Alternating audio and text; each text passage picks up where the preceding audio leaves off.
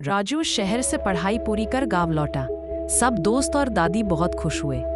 दादी ने समझाया कि अब गांव में एक छलावा का डर है, एक रहस्यमयी आत्मा जो लोगों को कुएं के पास से उठाकर पागल बना देती है। राजू ने इन बातों को अंधविश्वास मानकर नजरअंदाज किया। अगले ही दिन श्यामू, उसका बचपन का दोस्त, गायब हो गया। लोगों ने अंदेशा जताया कि वो कुएं के पास गया था।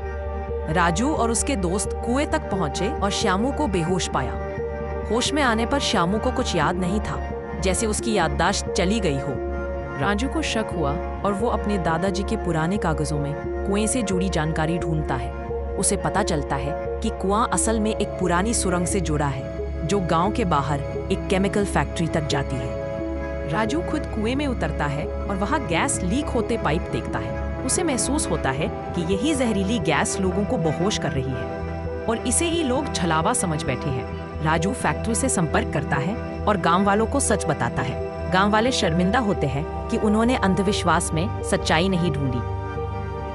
कुछ दिन बाद गांव में एक शातिर चोर आता है। वह एक किस्से के बारे में सुनता है, पुराने किले के तहखाने में बंद एक जिन्न की कहानी। चोर लालच में किले पहुंचता है और तहखाने में एक सुराही से जिन्न को आजाद कर देता है। जिन्न कहता है, तूने मुझे आजाद किया, अब पहले मेरे 3 सवालों का जवाब दे, वरना जान ले लूंगा। पहला सवाल, ऐसी कौन सी चीज है जो कभी बढ़ती नहीं पर चलती रहती है? चोर बोला, समय। दूसरा सवाल, मेरी छाया से बड़ी लेकिन मुझसे छोटी चीज क्या है? चोर ने जवाब दिया, तुम्हारा अहंकार।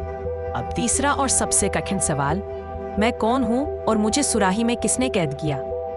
चोर सोच में पड़ गया, फिर चालाकी से बोला, तुम कहते हो तुम इसी सुराही में कैद थे, पर मैं तो देख भी नहीं पाया तुम सच में कहां से निकले। जिन्न गुस्से में बोला, मैं इसी सुराही में कैद था और फिर से उसमें जाकर साबित कर सकता हूँ। जिन्न जैसे ही सुराही में गया, चोर ने फुर्ती से उसका ढक्कन बंद कर दिया और बोला, अब रहो वहीं, तुम्हारा घमंड तुम्हें दोबारा कैद करवा गया।